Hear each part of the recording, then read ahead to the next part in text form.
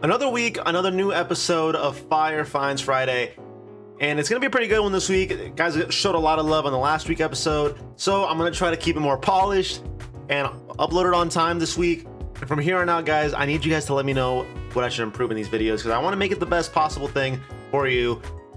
Anyway, this week I'm trying something new. Instead of going for two honorable mentions, I'm going to be doing two cards that you should not buy at the moment and then slowly work our way into the top 5 cards you should buy. Let's start right now. Let's go. First up on the cards that you shouldn't buy, I'm specifically looking at the Greninja EX from Twilight Masquerade. And to be honest, overall, any card from Twilight Masquerade at the moment shouldn't be purchased. We're seeing a big push in restocks with this from Walmart, Targets, different distributions, online on Pokemon Center's website. Looks like Twilight Masquerade is up on the chopping block for restocks. Not the craziest, most popular set, but this card is definitely up there with Grails on modern Pokemon cards. And with the new Greninja Mega being announced, I see him being expensive in the future. But right now he's still high. So I'd hold off a little bit, maybe check back a week or two from now once restocks start slowing down. But right now, he's just gonna keep dropping. Same thing goes with every other card in this set, from the Parent to the Carmen, the Eevee, Chansey. There's a lot of really popular cards in this set. I would still hold off on anything here, especially the Greninja EX. On to the number 2 one. This one has always been really confusing to me onto why it went so high. It is the Seismitoad from Black Bolt. I don't understand what the logic was with this card being banned, and because of this little thing right here, these little, I want to say they're vines. It says 666, obviously not the friendliest number in the world. When this card first came out, graded prices were going from 3,000, 2,000 pretty consistently, which was insane. This was the top chase card of all Black Bull and White Flare for about a week or two, because people thought this card would get banned. I would still not buy it right now. It's still going to go lower and lower and lower. The art is awesome. The art is sick. Don't get me wrong. Same person that drew the Magikarp drew this card. A lot of people love the artist. It's going to be a decently priced card. I would still not pay $202 for it. Maybe max $100. Obviously, people that paid these ridiculous grading prices, $3,000, $2,800, probably biting their heads off now because it's going for around $1,210. So that's like a lot of profit loss on this card, a lot of money lost on this card. I feel like most people that have been in this hobby for a while know that if this card was going to get banned, it would have gotten banned a long time ago before it even went into distribution for an English card. It would have been pulled out before first print if it was going to get banned. So at the moment, cards going are for around 202. It dropped down to 150 2 weeks ago. I still see it dropping farther down, even if it did shoot up a little bit this last couple of weeks. Definitely stay away from this card until probably Phantasmal Flames drops, see how it looks. But for right now, do not buy this guy. Now that we got those out of the way, let's go over the top 5 cards that you should be buying for this week. Current date, September 2025. It is the 19th of September. Let's take a look. Starting off our list, we have a strong contender, and it is the Japanese exclusive McDonald's Pikachu promo. That was insane. It was going crazy. It caused a disgusting amount of trash in Japan for the last couple weeks because of McDonald's. People were buying the food just for this card, and obviously you can't live off McDonald's, so they just ended up throwing it away. When this card first dropped, I do have a couple of these on me, and it is increased a bit since then, but it was going for around $29, $30. Now it's shot up to like 43 raw. This is an awesome card. Any type of promo cards like this always tend to be expensive in the future. So if you're looking to buy cards in bulk that are pretty decently priced, 40 bucks for potentially a $300 card in the future, who knows, you know. Buying in bulk right now is probably your best bet. I'm sure the first couple of weeks when this card was out, 26 bucks, that was an absolute steal for this card. And you can find this card pretty easily through Whatnot, eBay, different card shows. It was easy to spot this card anywhere. And once the demand for this card shoots up, because obviously they only printed a certain amount for the big promotion, like the price is just gonna skyrocket. People are opening these, they're grading them. If they don't grade well, they sell them, toss them, whatever people do with these cards. Saw the same thing with the Pikachu and Go. Obviously, tons of print was out. I picked one up for $100 back like I want to say last September, maybe early. It was either September or March when I picked one of the Van Goghs up, and it goes for, I want to say, $400 or $500 now. I haven't checked the market in a while, but it's up than what I paid for it. This card's gonna have the exact same thing happen to it. I can almost guarantee it. Lots of print.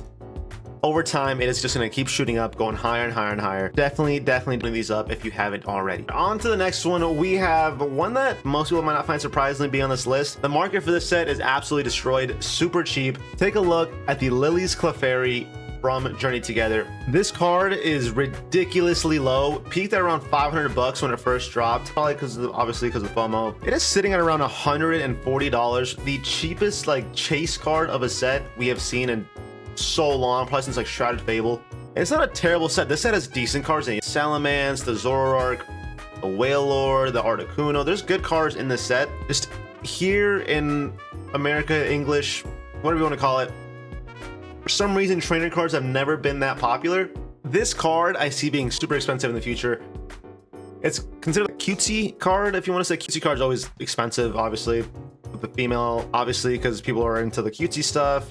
Collections of cutesy cards, generations, blah, whatever. This card's on that list. Clefairy's just chilling. Beautiful card.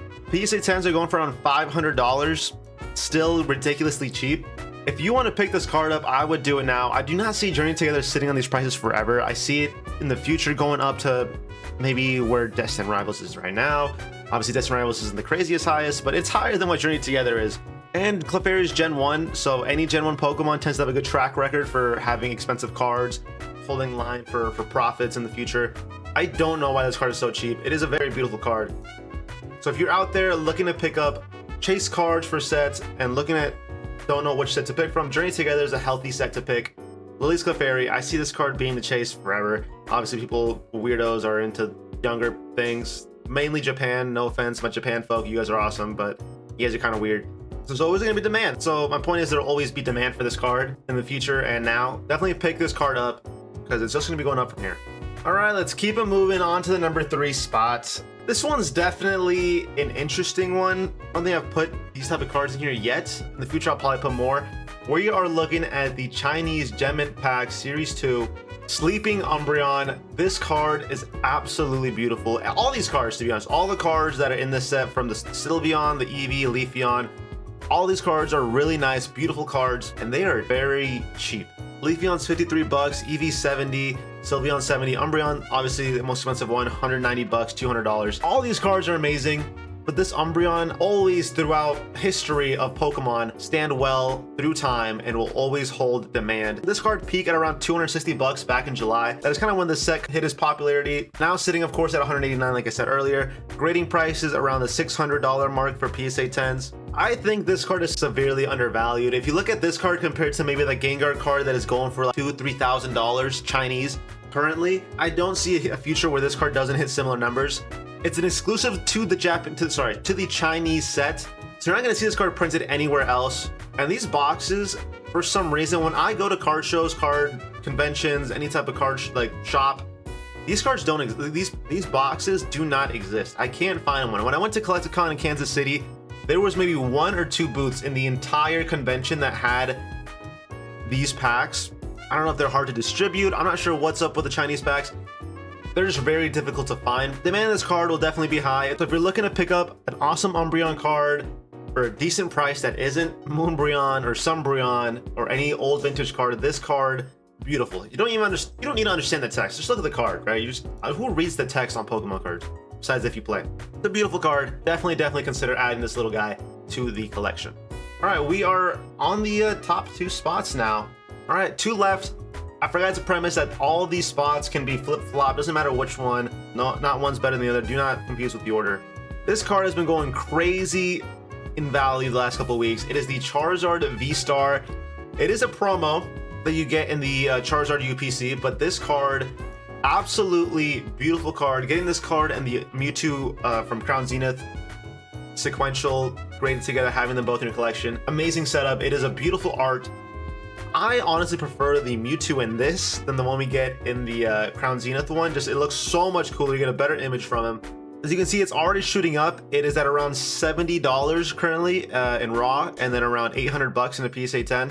And since you can only get this guy in the Charizard UPC, and that UPC is also shooting up in price, sitting around 300-400 bucks, you have to buy him now, because he is not, I do not see this card getting any cheaper. Of course, Sword and Shield era cards are hard to measure with pricing, but we won't get any more print runs for him.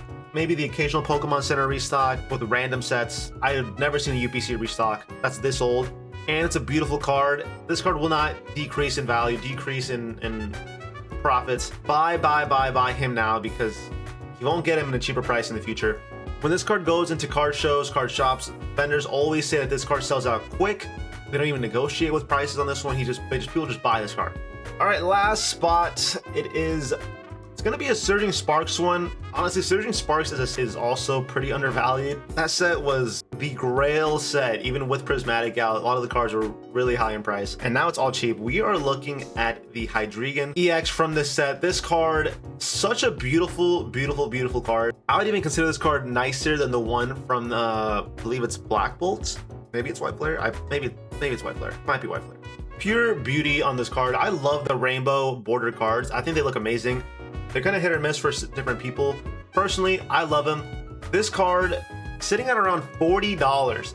Absolutely insane for an SIR, especially for a Pokemon like this. I'd consider this Pokemon decently popular for newer fans, even older fans. People tend to know who this Pokemon is.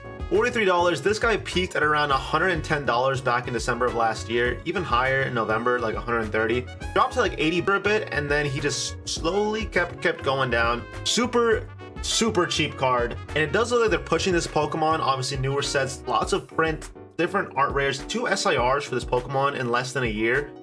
Crazy. Beautiful Pokemon. I love this card, and I see the profits going even higher. It is an all-time low price right now, $45. That's crazy. I could see him settling around $100. Obviously, it's a long-term hold. Definitely look at this guy. Keep an eye out, because he is beautiful. Surging Sparks is stupid cheap right now. It's gonna catch up. And that's all we wrote. That is the top 5 best cards to buy and 2 of the worst. Guys, please make sure to leave a like, subscribe. In the comments below, if you guys want opinions on cards and if you should buy them right now or hold off, let me know what cards you're looking to buy. I'm not the craziest pro, obviously, but I do look at market prices. I do have different people I talk to, different groups I'm in that talk about different cards to invest in, to not invest in. So if you are interested in a specific card, list it down below and I'll let you know what I think, if you should hold off or you should buy it now. Anyway, I'll be back again next week, probably with 2 or 3 more videos. You guys enjoy the rest of your Friday night.